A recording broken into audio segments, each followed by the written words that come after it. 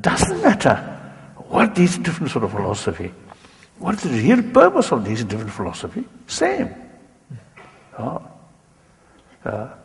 The important is the practice of love, compassion, and with that forgiveness, tolerance, and self-discipline, honest, and individual sort of level, contentment. These practice, all same. So these different philosophy, according to different mental disposition, these different philosophy is simply different way to approach, but same goal.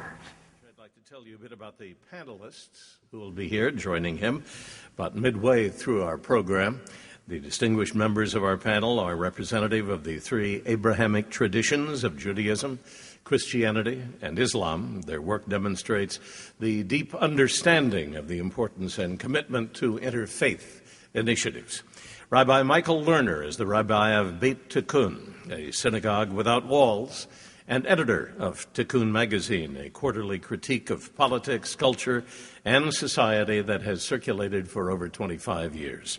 Dr. Ingrid Mattson is professor of Islamic studies, founder of the Islamic chaplaincy program, and director of the McDonald Center for Islamic Studies and Christian-Muslim Relations at Hartford Seminary in Hartford, Connecticut.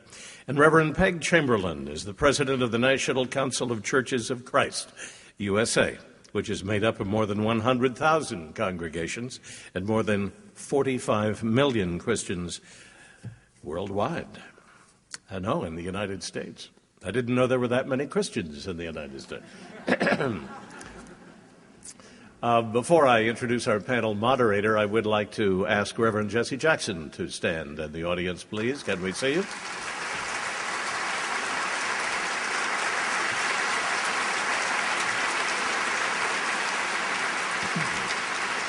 Reverend Jackson is attending a number of celebrations for the birthday of Nelson Mandela today.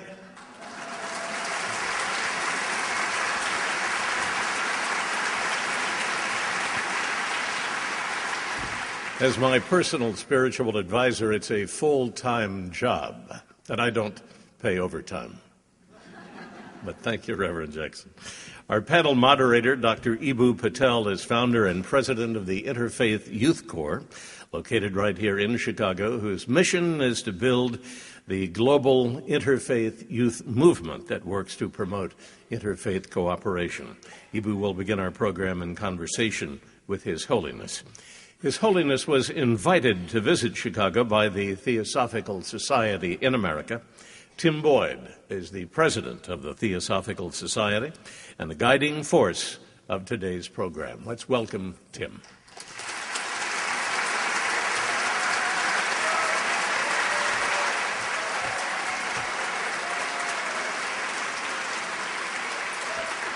Thank you.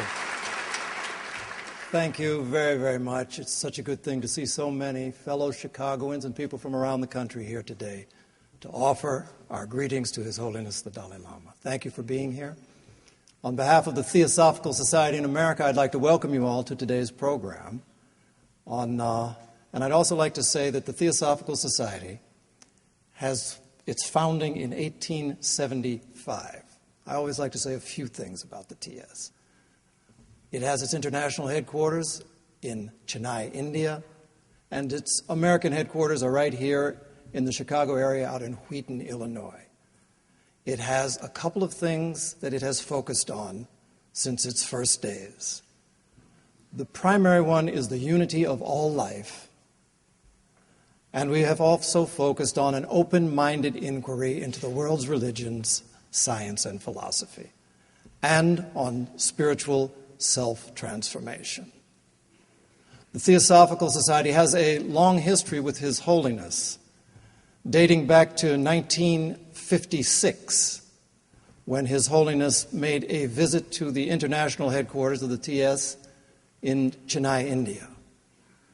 Except for a visit he had made to communist China in 1954, in an attempt to negotiate with Mao Zedong and other of the Chinese leaders.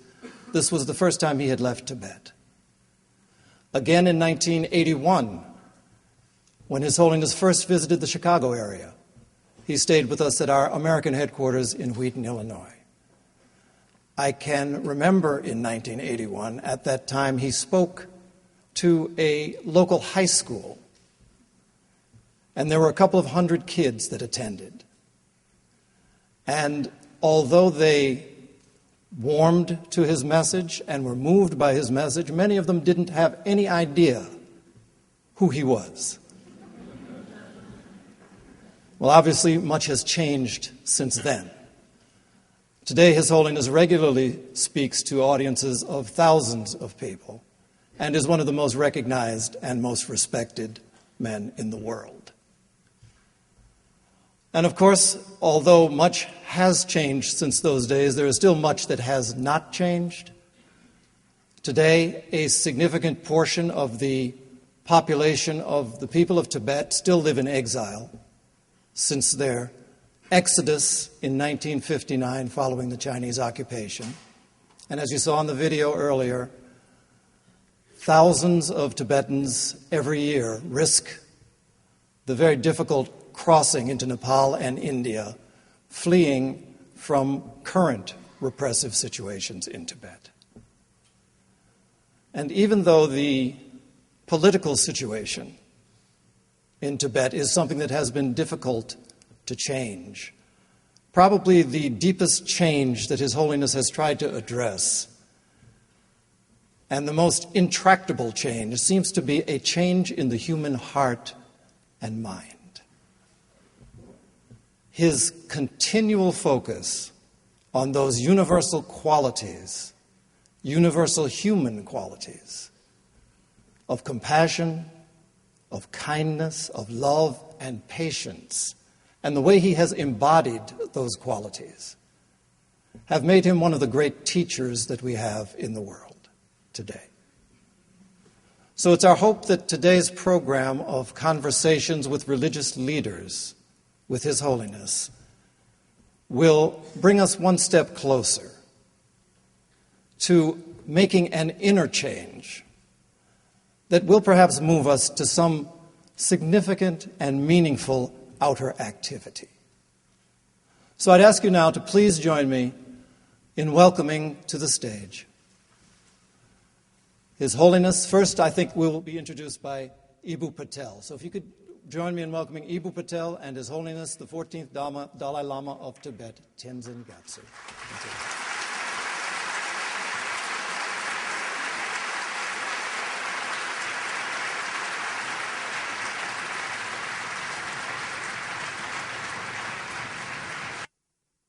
Thank you. Thank you. Thank you.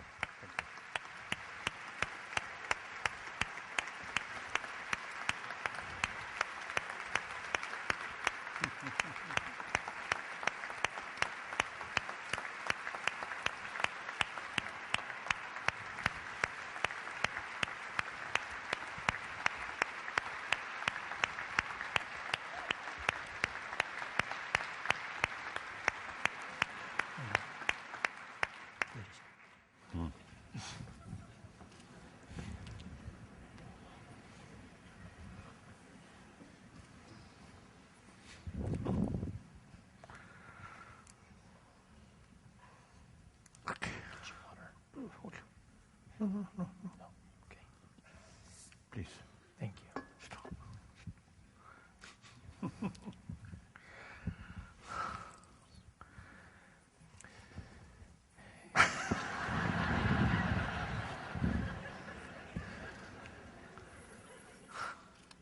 You get the soft chair. Bismillahirrahmanirrahim. It's a good day in Chicago. Thank you for being with us, Your Holiness.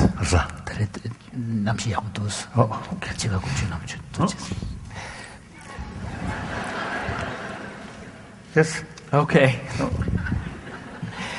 So, there's actually a great story of a Jewish rabbinical student who says he was going to see a great rabbi. And somebody says to him, why are you going to see the great rabbi? Are you going to study Talmud with him? Are you going to study Torah with him? And the student says, no, I'm going to see how the rabbi ties his shoes. This is, perhaps we are being treated to the same. So this morning is about how religion can be a bridge of cooperation and not a barrier of division or a bomb of destruction. And we have with us probably the world's leading example of faith as a source of inspiration and as a bridge of cooperation, His Holiness the Dalai Lama. And we have with us three people that I am proud to call my friends, three very prominent American interfaith leaders who will join us a little bit later. To begin our program, we're going to show a short video of a set of art projects that have taken place in Chicago under the guidance of the terrific organizers of this program, Tim and Nina and others, about how art can express faith as a bridge of cooperation. His Holiness saw these actual sculptures on the stage with him yesterday at the USC Pavilion, and we're going to show them to you in a short video, and maybe we can turn around and watch it at the same time, and then we'll begin our conversation. Claro.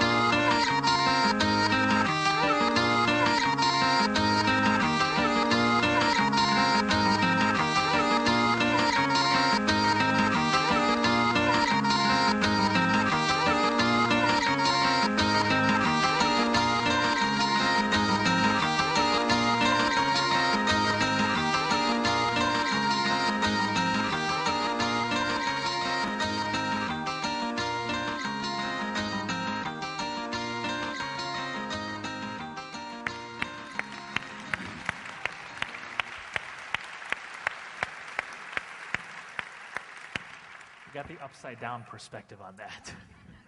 Thank you. So, I have a confession to make. I know you're not that kind of religious leader, but still.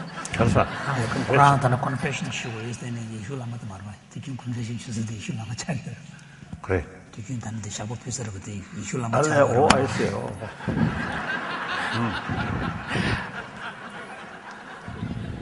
I got some help with these questions from the network of college students we work with at the Interfaith Youth Core. So I'll name some of them as their questions become relevant to this conversation. The first question that I wanted to explore with you, Your Holiness, is in your beautiful new book, Toward a True Kinship of Faiths, you say that working for interfaith cooperation is one of your 3 main missions, along with promoting basic human values and solving the crisis of Tibet. How did it come to be so important to you?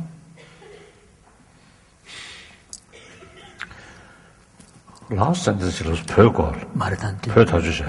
담지 관련 같은 군대 도중에서 숨져만. 여러분. 뒤에는 숨부터 별잖아. 뭐로? 그런 데를 보시. 단 이번에 저거로. 주로도 계시 무시부터 잘 가르쳐 참으라서.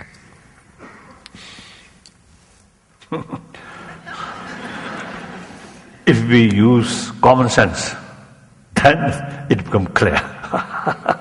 Reason. Every day when we look newspaper or radio, there are a lot of report of violence. Then among them, some violence, unfortunate things, some relation with different religious faith. I think yesterday I already mentioned, if we really study very carefully, then I think in the past as well as today, I think some of the conflict in the name of religion, their main sort of cause, not religious faith, but power and some economic interest or like that. But at the same time,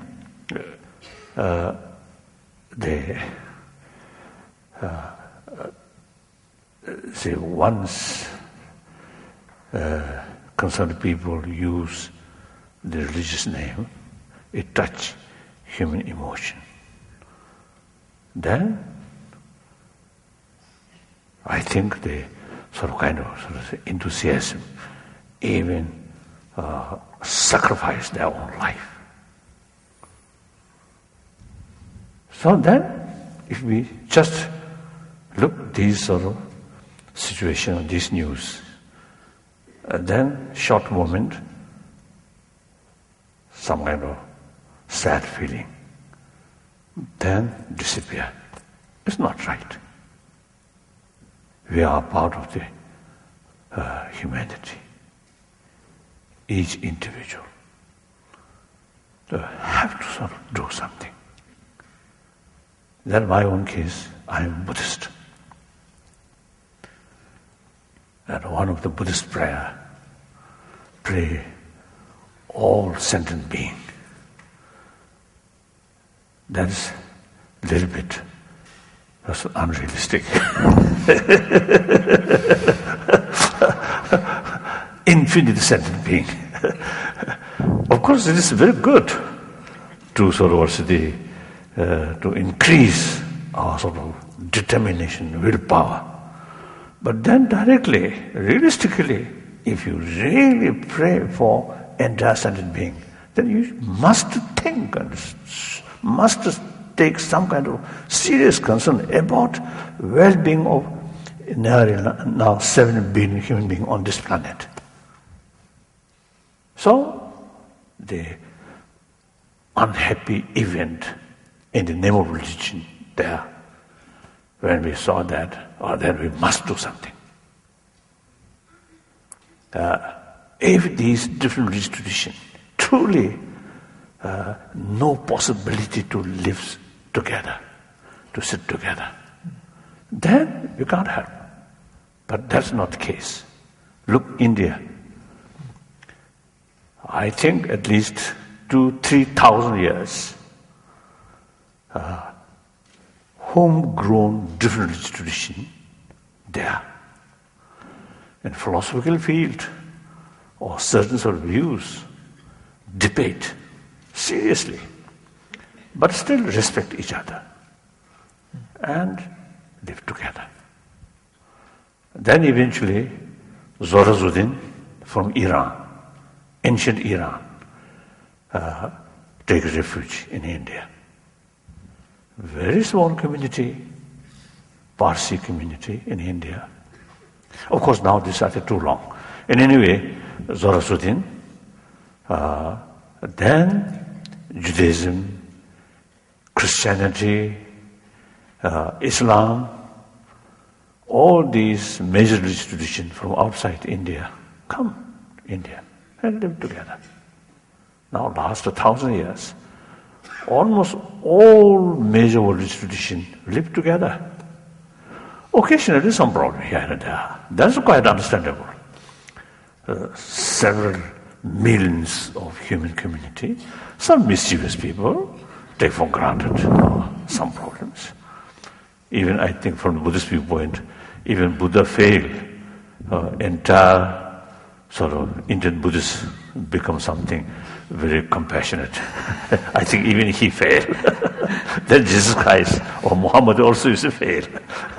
So it is impossible. Everybody become something good. That is okay. That's understandable. But overall picture, I think recently I was in West India, Jodhpur, place called in Rajasthan, Jodhpur. I met, when I passing through my sort of hotel, one European approached towards me, and then one Romanian, and he carries some research work about religious harmony in India. Then he told me he found one village, Muslim village, entire population Muslim, only 3 Hindu families. But these 3 Hindu families, no fear, full of sort of a friendly atmosphere. He's surprised, and he told me like that. So there are sort of the example or model, living things, living harmony there. So then there is really a possibility to develop that kind of spirit in different parts of the world where some conflict in the name of religion. So therefore, last now I think more than 40 years, almost 50 years, I fully committed to promote. And that also, out of my sort of awareness, the value of other tradition, as a result of meeting with practitioners of different tradition, when I met, discuss, exchange our deeper experiences, then it becomes very clear. The philosophical field, some say there's God, creator. Like Buddhism and Jainism say no God, no creator. Or big sort of differences, fundamental differences. That difference is quite sufficient to fight each other. But then, doesn't matter what these different sort of philosophy, what is the real purpose of these different philosophy? Same. The important or the practice of love, compassion, and with that forgiveness, tolerance, and self-discipline, honest,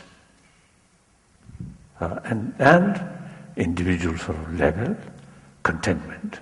These practice, all same. So these different philosophy, according to different mental disposition, these different philosophy is simply different way to approach, but same goal. So therefore, I fully committed. And as a result,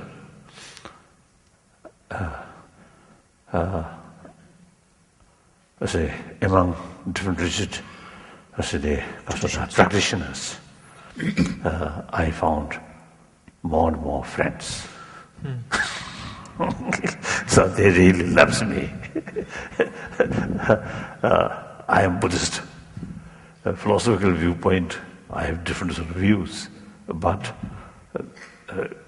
since I really respect, admire Christianity, Islam, and then actually 2000, the September 11th problem happened. Then some people generalize Islam as some kind of militant religion. That's unfair. So since then, I think after 1 year, that event in Washington for National Cathedral, some sort of meeting, prayer meeting, I told them, I expressed that due to some mischievous sort of activities, Muslim background, and you cannot generalize whole Islam is something negative. It is totally wrong. Few mischievous people in all traditions, among the Christian also, mischievous people there, among the Kasata Jodi, among the Hindus, among the Jews, among the Buddhists also, among the Tibetan Buddhists also, some mischievous people there. That's understandable. So due to some sort of mischievous activities, and then generalize the whole tradition is something mischievous. It's totally wrong. So since then, I become defender of Islam religion. Like that. So looks is strange. I think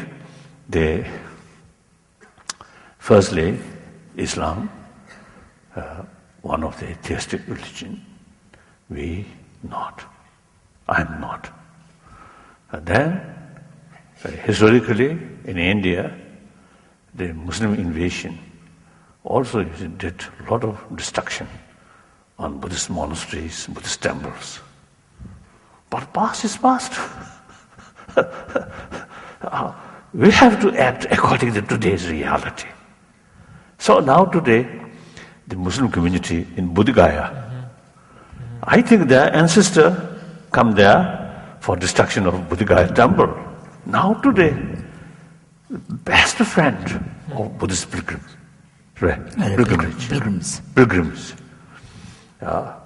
So they also need more Buddhist pilgrims, then their business grow. So Buddhists also, you see, their facility there because of this Muslim community. That's the reality. So we have to act according to today's reality. So all religious traditions have the same potential to bring inner peace through that way, family, because of the peaceful family, and then community, through that way, global level. So here, one thing I think we need is common effort. For example, ecology. Some people, some religious people, like some Burmese monk or Thai monk, they're quite active ecology. But the rest, just watching, it's not good. We have to put same effort. Common goal, we must make sort of that. Common effort. Common effort. So for that reason, this kind of sort of meeting, more make known each other and share different experiences and discuss from sort of one's own tradition how much we can make contribution for a better world, like Christianity. I think like Christian brothers, sisters. As a matter of fact, I think the greatest contributor regarding education and all over the world. Sometimes there's a little missionary conversion also involved. Then sometimes it created difficulties, problems, but otherwise, really they made tremendous sort of contribution regarding education and health. We Buddhists fail that field. And Islam also, not much. In ancient time, maybe in your own sort of area, I think Iran and Iraq, this area, I think ancient time, great philosopher, great sort of astronomers. We're working on it. We're working on it. That So modern time, you see, the religious people, we simply take concern their own sort of area. Now we believer, I think nearly 7 billion human beings, quite a big portion are believer. We also have the responsibility. So common effort. So that's my view. Thank you. I want to ask one more question. Yes. I think it'll be a two-part question before we bring our friends on the stage. And one of the things I loved about Towards a True Kinship of Faiths is you point out the parts of different religions that you find beautiful, that you find inspiring. Yes. And you tell a history of encounters between different religions that's positive. And hidden in that book is the fact that you began doing this as a very young man. Your first meeting with the Theosophical Society, your initial encounter with Father Merton, and there is this growing group of young people today, an emerging generation, who is following your example and becoming interfaith leaders. And I'm wondering what advice you would have to give them. And I'd like to ask about a specific group of them. And this is a question that comes from a student named Adam Garner. Adam Gardner. And he asks, what place do young people who are humanists have in this growing generation of interfaith leaders? So what advice would you have for these young people who seek to follow your example as an interfaith leader? And what about those amongst them who are not specifically religious? Humanistic literature. 당부터 최대 유니도 슈뉴트네 다군다 셰 고티에 다른 지지저가 무슨 미세 갈고나 지부터 최대 미세 메니츠 슈바토. So humanistic, when you mentioned, in the sense, not serious about religious faith. Not that they're not. They don't believe in a specific religious tradition. Yes. That is one of my main sort of effort. Now my number one commitment is to promote inner peace. Ultimately based on warm-heartedness. That the way of promotion, not based on religious faith, but based on our biological factor and then scientific findings.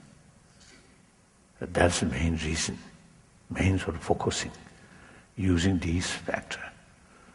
A more compassionate mind, your physical health better, your relation with family member, community member, better, happier.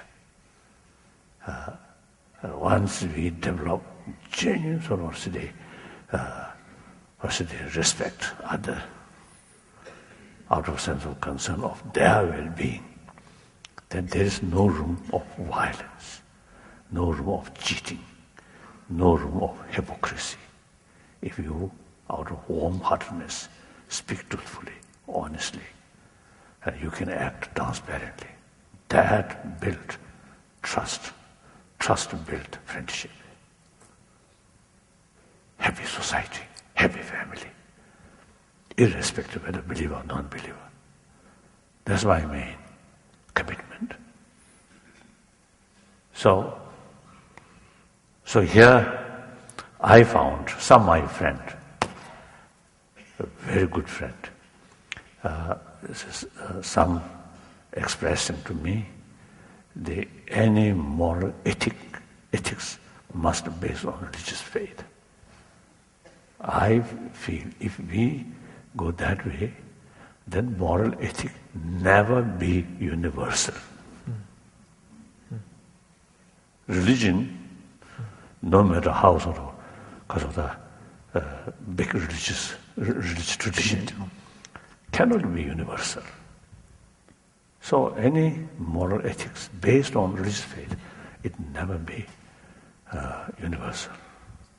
So besides religious faith, use our common sense, common experience, and scientific findings, and biological factors, that can be universal. So it easily introduced in secular education field. I think that's the reason India, 1,000 years secularism there, and secular ethics there. At modern time, India's constitution based on secularism. As yesterday I mentioned, according to India's sort of the concept of secularism, not at all disrespect or sort of negative attitude towards religion, but rather respect all religions, and then including non-believers. So I think that's very, very practical, very universal. That's my view. So those people who really want, because of that, to do something for better world, better sort of community, and then, and meantime, not much sort of interest about religious faith, then should think this line. That's my view. Thank you. One time in Sweden, I met some small group of people. They have no interest about religious faith, but at the same time, they feel some kind of spirituality, some kind of inner value. They consider something very important. So such people there. Yes, finished now. That was perfect. That was perfect. We're getting our signal from our friend. Let's introduce our panel. Dr. Ingrid Mattson, Rabbi Michael Lerner. Thank you. And Reverend Chemberlin.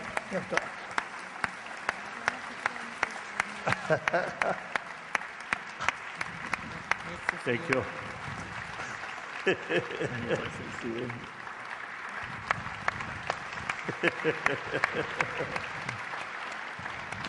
Thank you.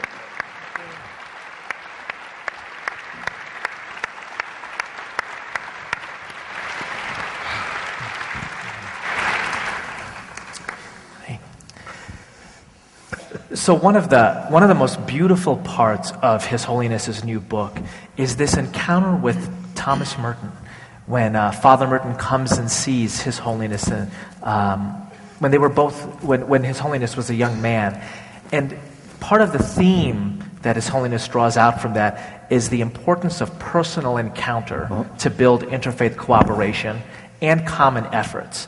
And the three of you have been involved in such a range of that. And I wanted to begin by drawing those stories out, beginning with you, Reverend Chemberlin. Something powerful and terrible happened in Minneapolis a few years ago, but the response was beautiful. Will you tell us about that? Well, many of you will remember that we lost a bridge in Minnesota and lost lives in that bridge loss. And the mayor and the governor called our office and said the community needs to gather in a prayerful sort of way, which I think is appropriate. I think we're going to struggle in the next few years to figure out how we gather publicly in a religiously diverse and public space. But within a few days, we had put together a wonderful gathering. It was very diverse, as it should have been. The victims in the bridge collapse came from a variety of religious traditions, Somali Muslim, Christian Greek Orthodox, Native American spirituality practitioner. We gathered at St. Mark's Cathedral, Episcopal Cathedral in Minneapolis, and it was packed. The whole balcony was packed with media. For some reason, this was a fairly important story internationally, partly that Minnesota could lose a bridge, but partly that we could gather in this way. I think it's probably the only time I'll be quoted in the Kuwait Times. But after the event, one of the reporters came down, and one of our staff were there, and he said to her, "Wow, you put this together in 3 days?" And she said, "No, it took 10 years." It's the relationship. Jay Rock has just retired as the interfaith officer for the Presbyterian Church. He has a new blog. It's called It's the Relationship. It's the relationship. And unless we have those times to hear each other, know each other, build trust with each other, it's impossible for us to gather in that kind of public way. So we're very delighted that we could have the opportunity to do that, but it didn't happen in 3 days. Right. I think part of the lesson from that is don't wait for the crisis.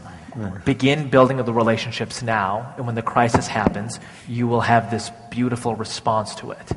His Holiness pointed out earlier about the importance of interfaith efforts working on the ecological crisis. Rabbi Lerner, you have put together interfaith efforts for any number and any level of crises. Will you share some stories about those? Sure. Although I do want to say that in my life, it wasn't always easy to do interfaith. My parents were strong Zionists, nevertheless decided to try to encourage me to understand other faiths and sent me to a school where I was the only Jew in the class. And in 5th grade, a little Dickie Holden came up to me and punched me in the eye and said, "You killed Christ." I didn't know about this. I couldn't remember doing that. And so I went home and asked my parents, what? But then my teacher at the Jewish Theological Seminary, Abraham Joshua Heschel, was able to negotiate with Pope John the 23rd about, so the Vatican II changed the teaching that had been teaching of hate towards Jews that had been part of the liturgy and of the Christian world, and that was a tremendous change. And so when later he reminded me in his work about the prophets that our particularism was really also a universalism, and that the teaching of Isaiah, the prophet Isaiah, said, quoting God, he was quoting God and saying, "My house," that is the temple, "shall be a house for all people." And not just for the Jews. And that's, I wish we could get that in Jerusalem today, that Temple Mount be shared with all peoples and not just so fulfilling the prophecy of this universal consciousness. So I went on to create a magazine called Tikkun, Tikkun. Tikkun is a Hebrew word. It means to heal, repair, and transform the world. And in doing that, I was able to bring in not only Jews, but many Christian leaders and then Buddhists and Muslims and others to write for us. And we then decided to create an international organization called the Network of Spiritual Progressives. And it was co-chaired by Benedictine Sister Joan Chittister and African-American religious scholar Cornell West. And that organization, our Network of Spiritual Progressives, was moving along, trying on a personal level to create these connections. And then but I felt we needed to have a larger program. And out of the blue, Keith Ellison, the first elected congressperson from the Muslim tradition, the first Muslim in Congress, called me up. He told me he had been reading Tikkun magazine, and we began to talk about what we could do together, and we developed a plan to try to counter the militarism in this country by helping people understand that the best path to homeland security was a path not of domination and control over others, but a path of generosity and kindness towards others. And so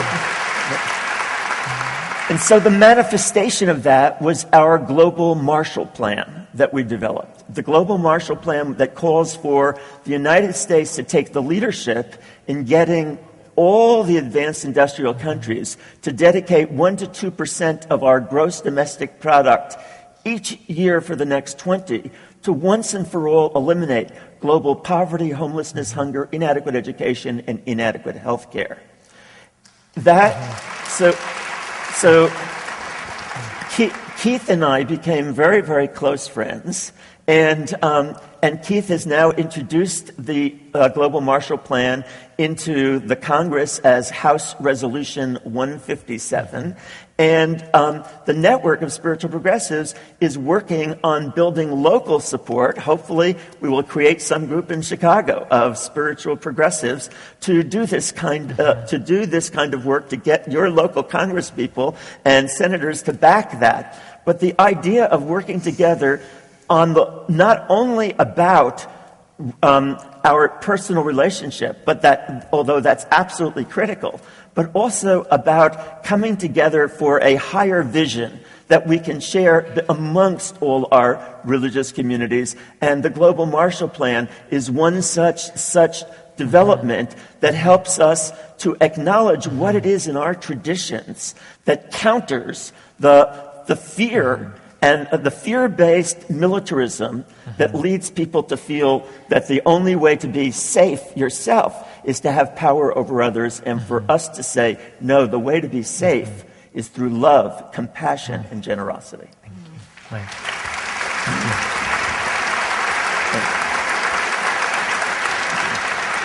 I think there might be some of the network of spiritual progressives amongst us here.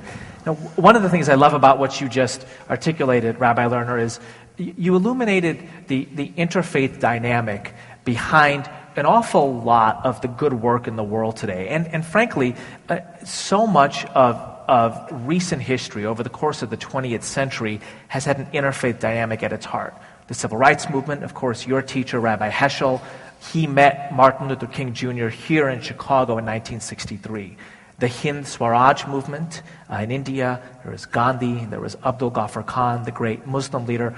I think that part of our challenge is to make that hidden history explicit. Professor Mattson, I feel like every time I get invited to a meeting with people that have titles before their name, you're on stage. Whether it's government officials or whether it's religious leaders. And as an American Muslim, I was so proud and honored to have you as the president of the largest Muslim association in this country. And you would have a million stories to tell about large-scale efforts of interfaith cooperation. But you also have a very intimate story to tell about that. And I'm wondering if you would share that personal story. Yes, I mean, as you say, Eboo, I first became vice president of the Islamic Society of North America Labor Day weekend 2001. So I had a really good first week. And then, then 9 very long years as vice president, then president. But what saved me was the interfaith work. The interfaith friendships, the support, the companionship, the people who stood up for me, and I didn't have to say anything. But I think, often what we see externally in these broad patterns in society are often a reflection of internal struggles within ourselves. And so I think it's relevant to raise here, my own struggle with this sense of religious identity that I faced. I've been a Muslim now almost all of my adult life, but I was not raised a Muslim. I was raised as a Roman Catholic. And when I chose to, in order to have integrity to my own beliefs as a teenager, to leave that tradition, I went through an interim period when I had no faith. Later, I embraced Islam, and that gave me back a commitment to a new religious community. Now, when I made that commitment, there were people around me who said, there you go, you've joined our team, and you're no longer part of those people you used to be part of. Now you're one of us. And they had a very dichotomous understanding of religious identity. You're a Muslim or a non-Muslim. You know, and now my whole life should be changed. I was a completely different person, completely different values, superior in every way. But I knew instinctively and intuitively that there was something wrong with that. One of the deepest concepts in Islam is the concept of gratitude and ingratitude. Ingratitude towards God, called kufr, is the worst thing that you can do, but also ingratitude towards others. And I knew that it was those Roman Catholic nuns and priests, those teachers, those institutions that had been transmitted through the centuries that also gave me a very strong moral foundation, a strong sense of confidence, an excellent education. And all of those things were part of me. So to suddenly pretend that I had nothing to do with this other religious tradition would have been ungrateful and simply untrue. I also had very good friends who were Jewish, and they gave me jobs when I was a teenager, and I worked with them, and they embraced me as part of their community when I was a struggling student. So it was this internal struggle within myself. How do I be authentic to who I am and what I believe and how I live, and make a true commitment to my religious community without denying my relationships to others? And that's something that I think my own story, although it may seem unique in some respects, and is also the human story, because none of our religious traditions emerged out of history. All of the great spiritual teachers had their own teachers. All of our religious practices had roots in earlier practices. Islam has roots and relationships with Christianity and Judaism has itself came out of more ancient spiritual traditions. And that's not only a chronological line, but we continue to interact with each other. Moses Maimonides, one of the greatest Jewish teachers in religious history, learned so much from medieval Muslim theologians. Christian monastics tell me about the importance of Christians learning about the 5 daily prayers established at times of the day in Islam in order for them to make a deep commitment to regular daily prayers in Christian monasticism. So we're being unfaithful to even who we are and our ancestors when we deny that we have any spiritual or ethical kinship with each other. And so I think we need to keep that in mind as we look at these grand and very challenging global challenges, to remember who we are, and that each of us within ourselves is the result of many good people throughout history, some from our tradition and some from other traditions, forming us as human beings. Yeah. Thank you.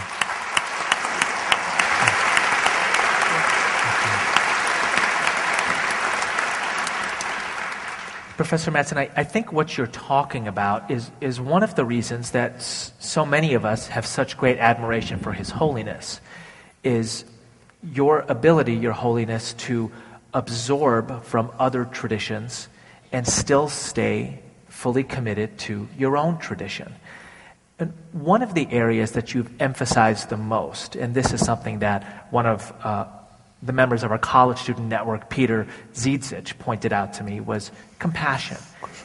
And you have taught the world about the importance of compassion in Buddhism. But you've also written about compassion in other religions. And I'm wondering if you will share what it is you have learned from other religions. I think I could say more. Of course, my sort of view, they ultimately pray to God, and God as a creator. I feel the main purpose is, you see, to those people who pray to God, in their mind, should sort of increase peace, calm, and these kinds of truthful, these things. So therefore, all major religious tradition talks the importance of love, compassion, forgiveness.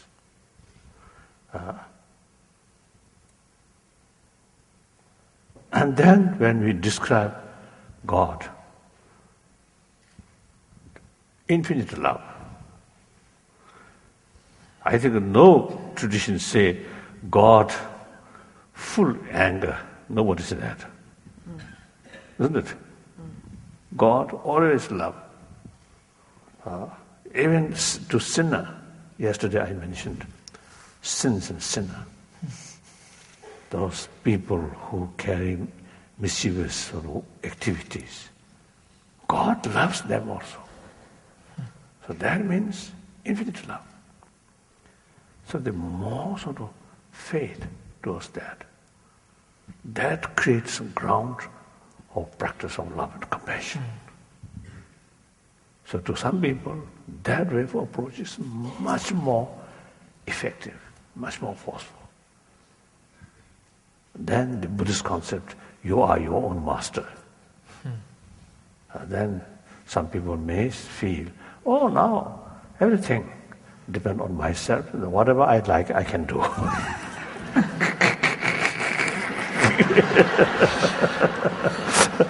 So for such people, I think this approach, God, we, nothing. God, but God. So we all created by God. And God, infinite love. And God always shows us love, compassion. So since we are follower of God, so we must implement these sort of, say, I think a small part of God's sort of the quality. That's loving kindness, tolerance. That's my view. Thank you.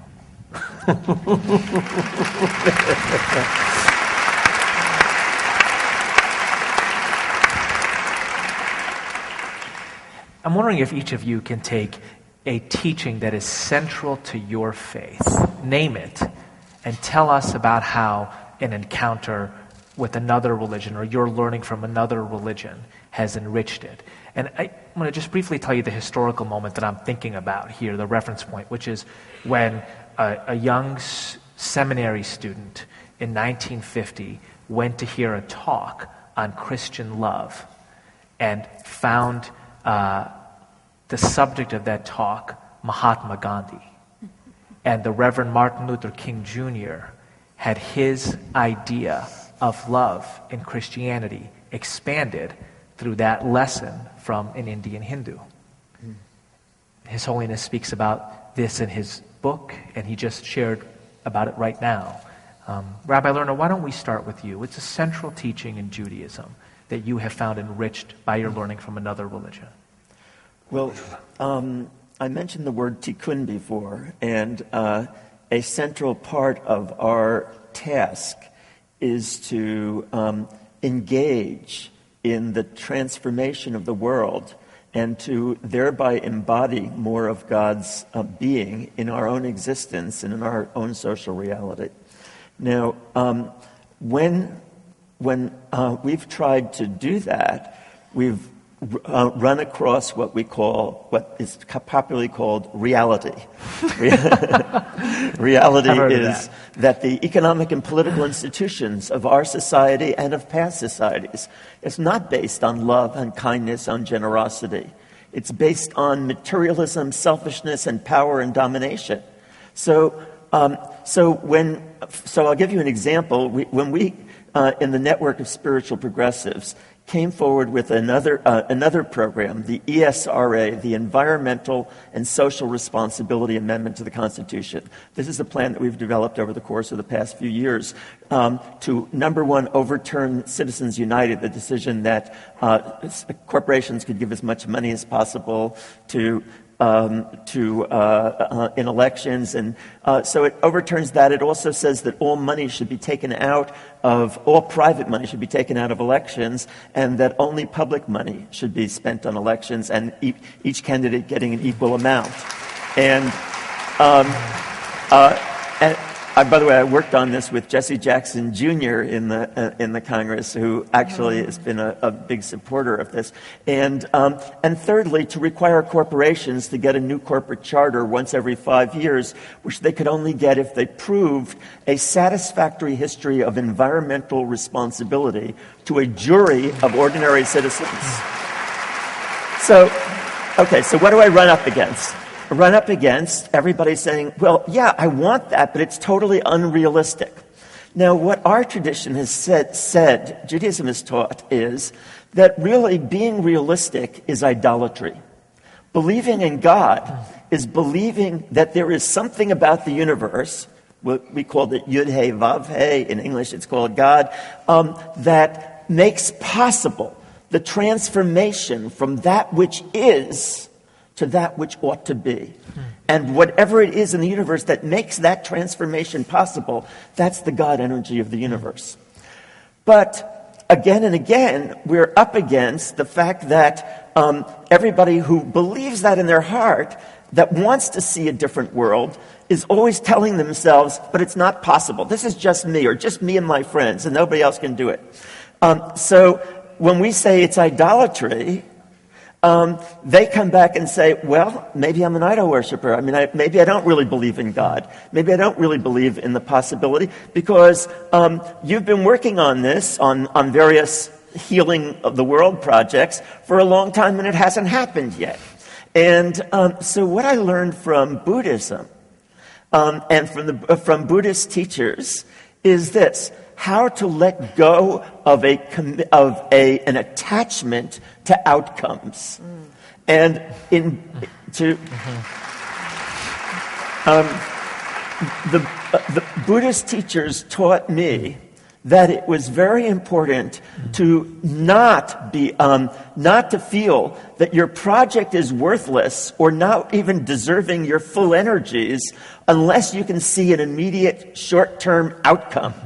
But instead, to stay with deep integrity in who you really are. And so from that teaching, that strengthened the teaching in the Jewish tradition for me, and it's made it possible for me to say to many, many people, don't be realistic.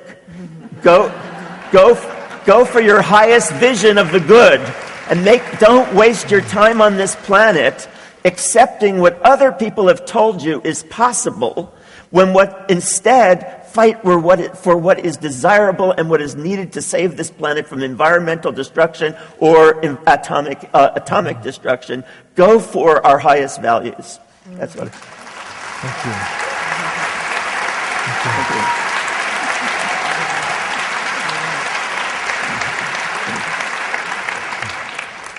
Because this is such an intimate setting, I'm going to share the conversation that Rabbi Lerner and I had backstage before this, and we were talking about our struggle with this idea, which Gandhi was such a proponent of also, and Rabbi Lerner shared with me, it's easier to be unattached to the outcome when you're not running the conference.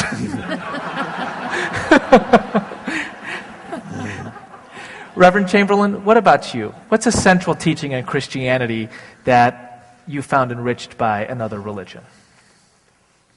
I was asked a number of years ago to name an icon, a social icon that was life-changing for me. And I thought about that for a long time. So many things could be lifted up. But the one that came to mind finally was that first image of the earth that was taken from the moon, Earth rising. There was an indisputable unity of the earth, that while we had talked about it before, it could not be avoided in that image. I think that it would be very easy for me as a Christian to be so focused on church that I lose focus on earth. And I think particularly Buddhism, but also my other brothers, sisters, religions, have spoken of that unity and lifted up that unity for a long time. So it wasn't an altogether new concept for me, although it wasn't the Christian church that had particularly brought that forward. And then later, the National Council of Churches has had interfaith dialogue for a long time. And one of the conversations in that interfaith dialogue had to do with the Trinity. And we talked about the church imagines a unity in the body of Christ in the second person of the Trinity. And I began to think about the first person of the Trinity, that there is a unity given to us in the creation, just as His Holiness has lifted up for us today. That is at least as important and vital to us as the unity in the body of Christ, at least as important to the Christian, if not more so, than the body of Christ. So I think the reclaiming of the church, of the first person of the Trinity, and a given unity, it's not that we're working towards that. It's not that interfaith dialogue makes that happen. It's a given. And we best figure out how to make that work well. And I think that's a very countercultural concept here in the United States, where we're split into silos every which way and gone, and the world seems hell-bent on splintering into realities that are no reality. And so claiming together that for Christian, in the first person of the Trinity, there is indeed a unity of creation that we need to honor in all of its sacredness. And some of us knew that, you know. He's got the whole world in His hands. I sang that when I was 7. There's this wonderful passage in Ephesians, the God who is above all and in all and through all. But we haven't seen it with the same kind of eyes that some of our fellow faiths have done. So I give thanks that there is an emerging vision of a unity given in creation that we best figure out how to live in. Thank you.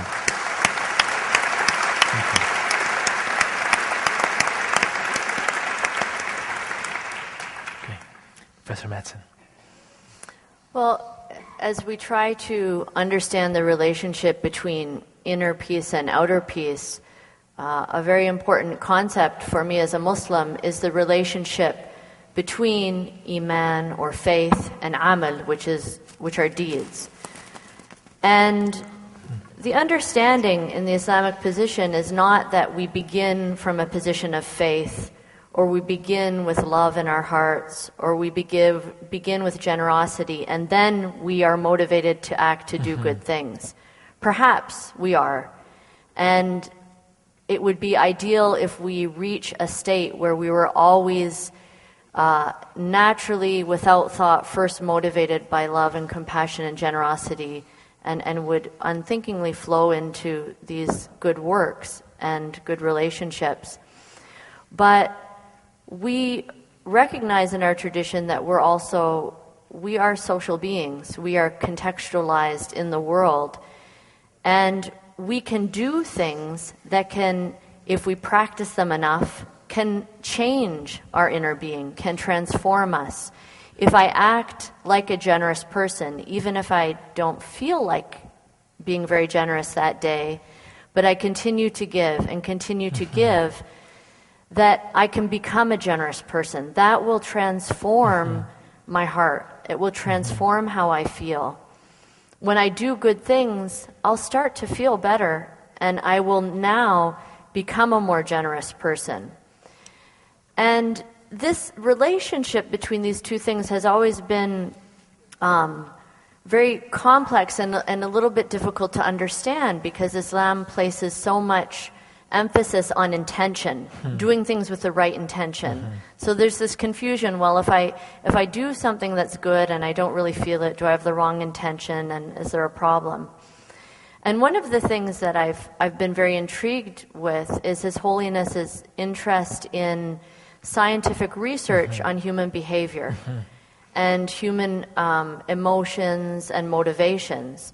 I remember I was at the Seeds of Peace conference in Seattle a few years ago, and for many days there were workshops and conferences inspired by His Holiness's research and urging for us to understand what is the relationship between the communities we make, the forms of pedagogy we have, how we teach moral formation, and the inculcation of peace within our hearts. And that made me, as I did my ethical research, look more closely at our schools, our institutions, our communities. How do we create not just rituals, but practices that support the development of loving and kind and generous people? And I was very inspired by a number of the speeches and writings that His Holiness did in this area, and I feel that this is part of the key for all of us to find those mechanisms that are consistent, because as I was saying to you last night, Eboo, Ramadan's coming up in 2 weeks, and believe me, there are not many Muslims in the world who are going to wake up and say, I really feel like denying myself food and drink for the next 18 hours. For the next 30 days. It's not a natural sort of thing that you just want to do, but we do the discipline, and the discipline then creates within us awareness, hopefully, awareness of God, a heightened awareness of the suffering of others, and a eagerness to look for opportunities to alleviate that suffering. So I think this relationship between disciplines, regular practices, and the transformation of the inner heart is something that I'm continuing to learn from the Buddhism, especially as taught by His Holiness.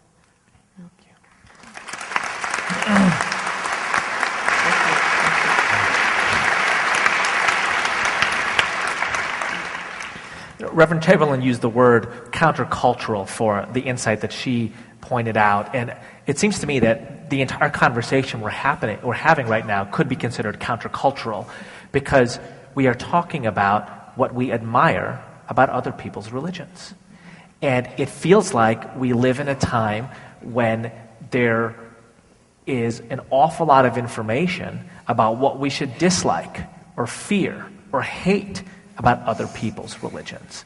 And it seems like the us and them are stark, and they're at each other's throats. And as we were talking about this last night, Reverend Chemberlin, you told this beautiful story about receiving an award from a Muslim group in Minneapolis, and what you said in your acceptance speech. And I'm wondering if you would share that.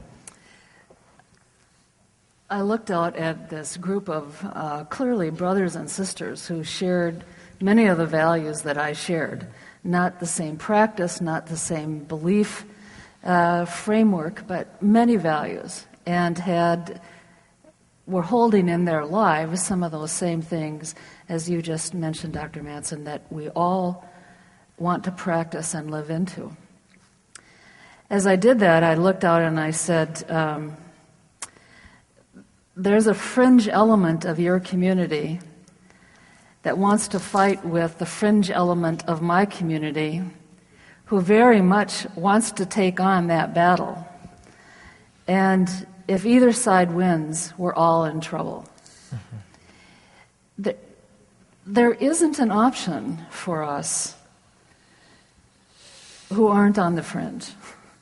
There isn't an option for us not to take on the discipline of interfaith understanding, interfaith activity, interfaith proclamation about that they are not those. They are us. And we need to be able to say that, show that, and live that in our lives. Otherwise, the fringes are going to continue to fight. And if either side wins, we're all in trouble. Right.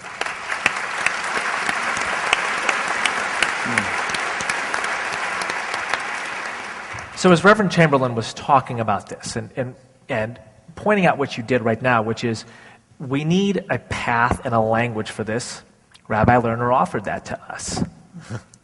Well, yes, the way I understand it is that most of us, almost everyone on the planet, has heard two different worldviews. One worldview is the worldview that says we're all alone in this world, we're thrust into a world where people are looking out for themselves and only care about themselves, and they will do whatever it takes to maximize their own advantage without regard to the consequences for others.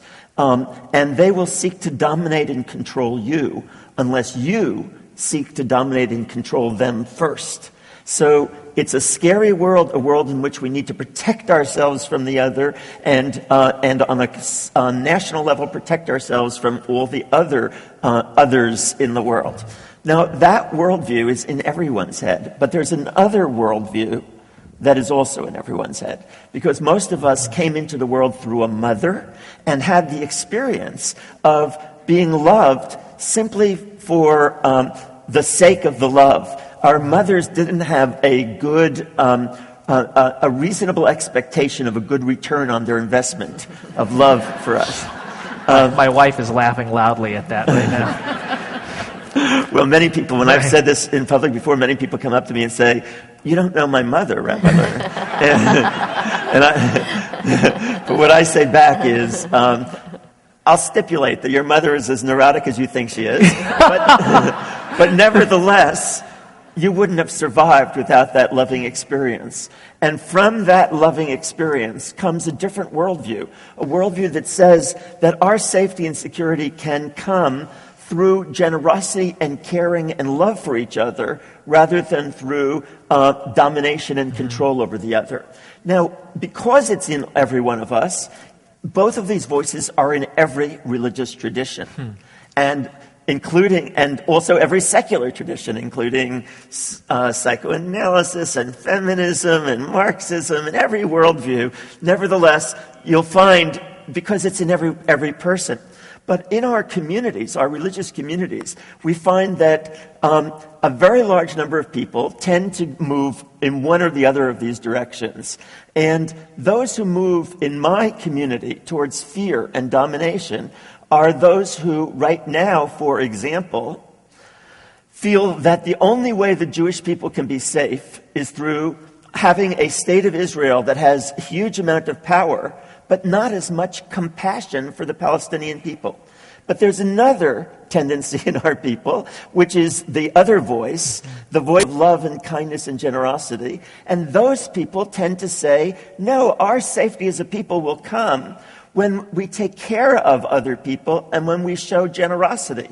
So I am on that side, right? And I find in my community that I often have since this same division happens in almost every religious community, as well as every secular community, that I have more in common with the people who are the love-oriented people in Christianity, Islam, Buddhism, Hinduism, and secularism than I have with the domination people in my own tradition. Do you see what I mean? So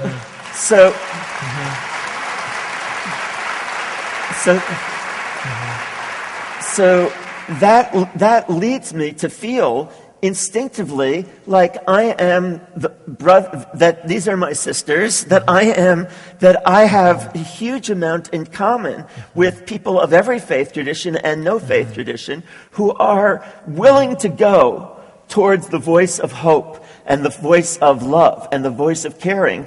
and not as much. Now, that doesn't mean I want to reject them. I don't want to reject them, because I believe that they also, most of them are people who would move towards more love if they believed it was possible, if it was possible to do that. So I don't want to reject anybody and in fact, how could I reject them when I know that in myself and in every person I've ever met, the voice of fear is also there. It's also in every one of us. And so we ourselves are constantly balancing between these two voices in every interaction with other people. Is this somebody I can trust, or is this somebody I can't trust? And so similarly, I'm not going to put down anybody on that other side, but I am going to say that I have an awful lot in common with and feel like they are my true allies, the Christians, the Buddhists, the Muslims, the Hindus, the secular humanists, who want to build a world based on love and generosity. Thank you. Thank you.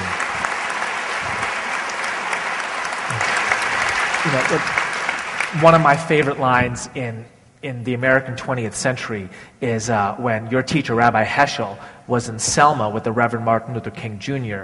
and wrote afterwards that he knew that their liturgies, this Orthodox rabbi from Eastern Europe and this black Baptist from the American South, their liturgies were different. But marching in Selma, he felt like his feet were praying. And I think that's the ethic that you're articulating. Beautiful.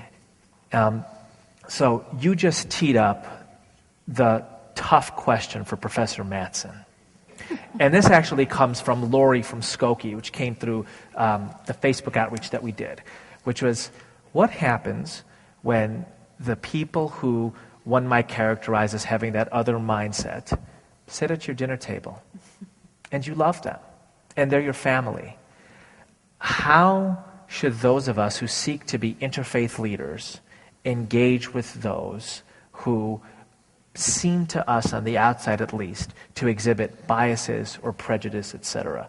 By the way, Reverend Chemberlin, Rabbi Lerner, Your Holiness, you might not escape this question either. I just want to pose it to Professor Mattson first. Well, there's no getting around prejudice and bias. No human being can do that. The whole way we understand the world is by categorizing people.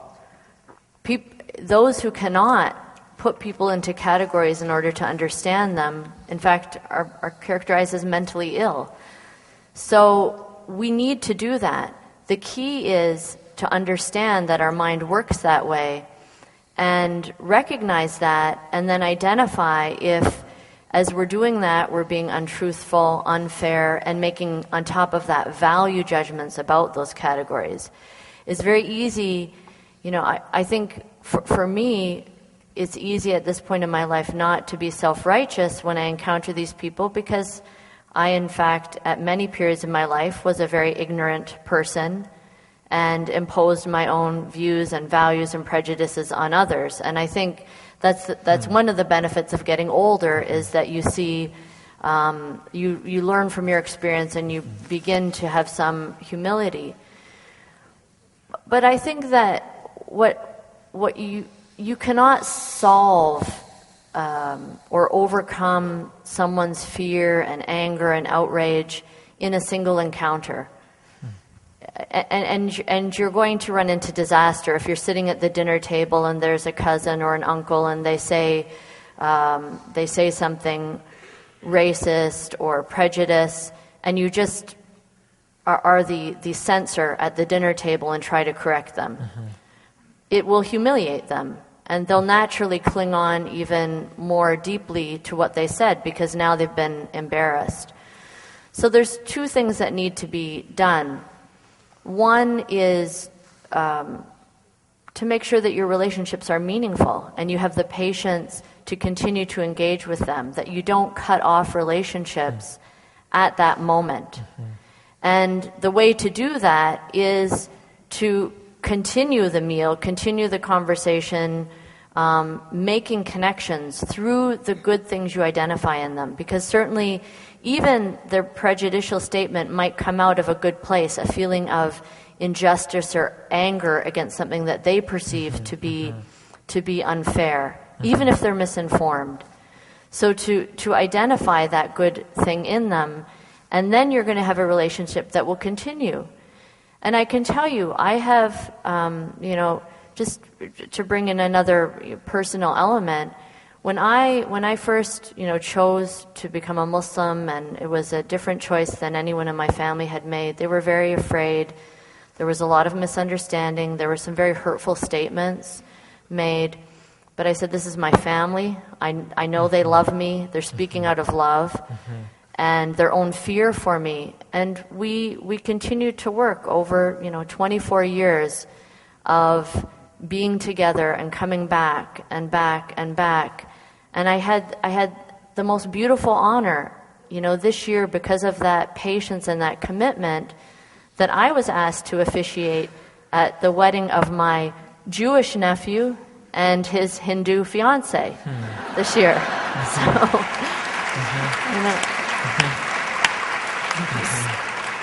So it's the love that we have for each other that sustained us through that, despite some very painful moments. And that's why nothing can replace those commitments to what is good for that person. And to certainly not to remember that we are never in a place as human beings that's different than them. We also are shaped by those fears and prejudices, although we may have been privileged to learn some different information. Thank you for that.